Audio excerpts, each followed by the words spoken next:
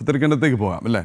അവിടെ പ്രജിത് മോഹനൻ തയ്യാറായി നിൽപ്പുണ്ട്. പ്രജിത്ത്, എത്രത്തോളം ആവേശത്തിലാണ് തലസ്ഥാനവാസികൾ എന്നുള്ളത് നമ്മളിനി പറയേണ്ട കാര്യമൊന്നുമില്ല. എന്തായാലും പ്രധാന സേവകനെ ഇങ്ങനെ വരവേൽക്കാൻ ഒരുങ്ങുകയാണ് തലസ്ഥാനം. സുരക്ഷാ ക്രമീകരണങ്ങളൊക്കെ അതിശക്തമായി തന്നെ മുന്നോട്ട് പോകുന്നുണ്ട്. അതുമാത്രമല്ല, എന്തെല്ലാം പുതിയ പദ്ധതികളാണ് പ്രഖ്യാപിക്കുക എന്നുള്ളത് ഏവരും ആകാംക്ഷയോടെ ഉറ്റുനോക്കുന്നുണ്ട്. എന്തായാലും പുത്തരിക്കണ്ടത്ത് നിന്നുള്ള ആ തത്സമയ വിവരങ്ങൾ എന്തൊക്കെയാണ് ഞങ്ങളോടും പ്രേക്ഷകരോടും പങ്കുവയ്ക്കാനുള്ളത് പ്രജിത്ത്?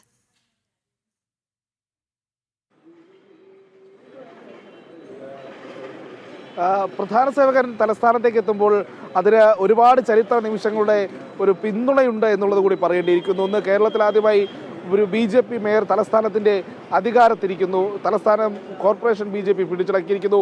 BJPയുടെ ചരിത്രത്തില്ലാത്തുള്ള മുന്നേറ്റം തദ്ദേശ തെരഞ്ഞെടുപ്പിൽ BJP ഉണ്ടാക്കിയിരിക്കുന്നു. 30ഓളം പഞ്ചായത്തുകളിൽ അധികാരത്തിലെത്തുന്ന സാഹചര്യം ഉണ്ടാകുന്നു. അങ്ങനെ വലിയ നേട്ടങ്ങളുടെ ഒരു സമയം. അപ്പോഴേക്കാണ് തലസ്ഥാനത്തിൻ്റെ വികസന രേഖ പ്രഖ്യാപിക്കാൻ, പുതിയ നഗരസഭയുടെ ഇനി അങ്ങോട്ടുള്ള ലക്ഷ്യം എന്താണ് എന്നുള്ളത് പ്രഖ്യാപിക്കാൻ പ്രധാനമന്ത്രി നരേന്ദ്രമോദി തന്നെ കേരളത്തിലെത്തുന്നു എന്നുള്ളൊരു സാഹചര്യം സൃഷ്ടിക്കപ്പെടുന്നത്. ഇതിൽ ഏറ്റവും പ്രധാനപ്പെട്ടത് എന്തൊക്കെ പദ്ധതികൾ പ്രധാനമന്ത്രി നമ്മുടെ കേരളത്തിനായി നൽകുന്നു എന്നുള്ളതൊരു പ്രധാനപ്പെട്ട ചോദ്യം തന്നെയാണ്.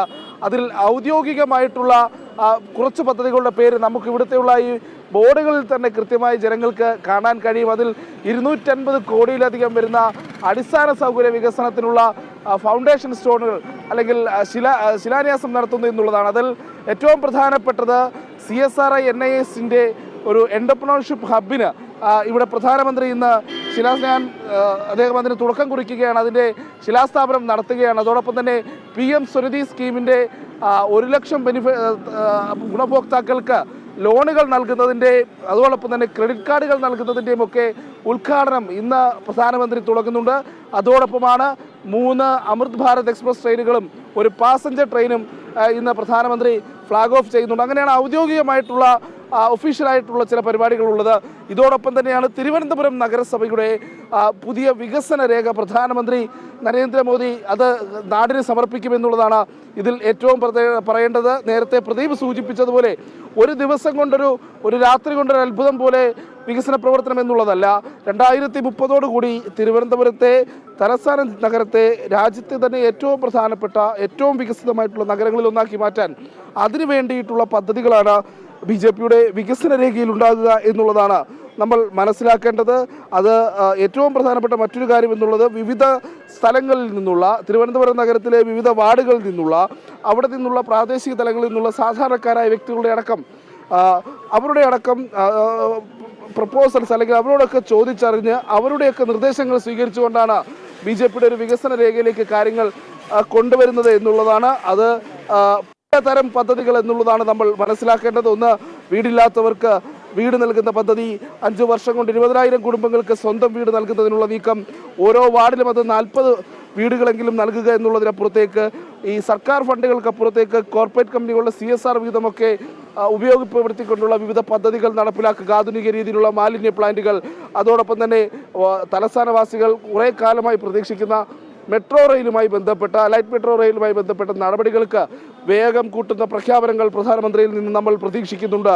അതോടൊപ്പമാണ് ഈ തിരുവനന്തപുരത്തിൻ്റെയും വികസനത്തിൽ ഇനി വളരെ നിർണായകമാകുക വിഴിഞ്ഞം പദ്ധതിയാണ് എന്നുള്ള കാര്യത്തിൽ ഒരു തർക്കവുമില്ല. ആ വിഴിഞ്ഞം എന്ന വമ്പൻ പദ്ധതി അതിൻ്റെ പൂർണ്ണ തോതിലേക്ക് എത്തുന്നതോടുകൂടി കേരളം തന്നെ ആ വിഴിഞ്ഞം എന്ന് പറയുന്ന അതുമായി ബന്ധപ്പെട്ട കോസ്റ്റൽ പോർട്ട് ഇൻഫ്രാസ്ട്രക്ചറിൻ്റെ ഭാഗമായി അതിൻ്റെ അടിസ്ഥാനത്തിൽ ചലിക്കുന്ന ഒരു സ്റ്റേറ്റ് മുഴുവൻ ഒരു നഗരമായി മാറുന്ന രീതിയിലേക്കൊക്കെ നാട് വളരാനുള്ള സാധ്യതകളൊക്കെ ഉണ്ട് എന്നുള്ളതാണ് നേരത്തെ തന്നെ പല വിദഗ്ധരും വിലയിരുത്തിയിരിക്കുന്നത്. അപ്പോൾ തിരുവനന്തപുരം എന്നൊരു ലോക വ്യാപാരത്തിൻ്റെ കേന്ദ്രബിന്ദുവായി മാറാനുള്ള എല്ലാ സാഹചര്യവും നിലനിൽക്കുന്നു. അങ്ങനെ ടെക്നോ പാർക്കും വിഴിഞ്ഞവും തമ്മിലുള്ള കണക്ടിവിറ്റി, അതോടൊപ്പം തന്നെ വിഴിഞ്ഞം കേന്ദ്രീകരിച്ച് ഒരു തുറമുഖ ഉപനഗരമായി അത് മാറാനുള്ള സാധ്യതകൾ നിലനിൽക്കുന്നുണ്ട്. ഒരുപക്ഷെ തിരുവനന്തപുരത്തിലെ മുഴുവൻ ഒരു പോർട്ട് സിറ്റിയായി തന്നെ പ്രഖ്യാപിച്ച കോടാനുകോടികൾ ഒഴുകിയെത്തുന്ന വികസന പദ്ധതികൾക്ക് തുടക്കം കുറിക്കാനുള്ള സാധ്യതയും നമ്മൾ കാണുന്നുണ്ട്. അങ്ങനെ വളരെ വലിയ സ്വപ്നങ്ങളുണ്ട്, വളരെ വലിയ പ്രതീക്ഷകളുണ്ട്. ഇനി അതൊക്കെ യാഥാർത്ഥ്യമാകുമോ എന്നുള്ളതിനുള്ള അന്തിമാകാംക്ഷ മാറാൻ ഇനി ഏതാനും മണിക്കൂറുകൾ മാത്രം. പ്രധാനമന്ത്രി നരേന്ദ്രമോദി ഇവിടെ തലസ്ഥാനത്ത് ഈ പറയുന്ന BJPയുടെ ഈ യോഗത്തിൽ പങ്കെടുക്കുമ്പോൾ അദ്ദേഹം നടത്തുന്ന ഓരോ പ്രഖ്യാപനങ്ങൾക്കും, അദ്ദേഹം നടത്തുന്ന ഓരോ പ്രയോഗങ്ങൾക്കും അത് കേരളത്തിൻ്റെ വികസനത്തിൽ, കേരളത്തിൻ്റെ വികസന ഭൂപടത്തിൻ്റെ തലവര തന്നെ മാറ്റിമറിക്കും എന്നുള്ളതിലും തർക്കമില്ല. പ്രദീപ്.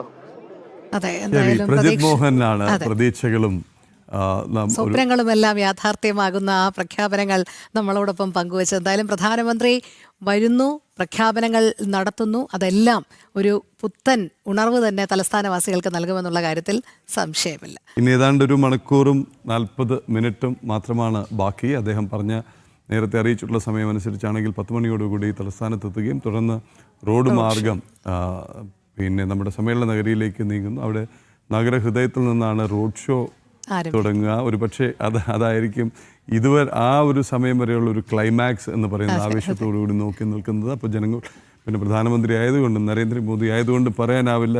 ഈ പറഞ്ഞിരിക്കുന്ന നിർദ്ദിഷ്ട സ്ഥലത്ത് മാത്രമാണ് അദ്ദേഹം ഇറങ്ങുക എന്നൊന്നും പറയാനാവില്ല. ജനങ്ങളെ കണ്ടു കഴിഞ്ഞാൽ ജനങ്ങളുടെ അടുത്തേക്ക് ഓടിയെത്തുന്ന ഒരു ശീലവും അദ്ദേഹത്തിന് ഉണ്ട്.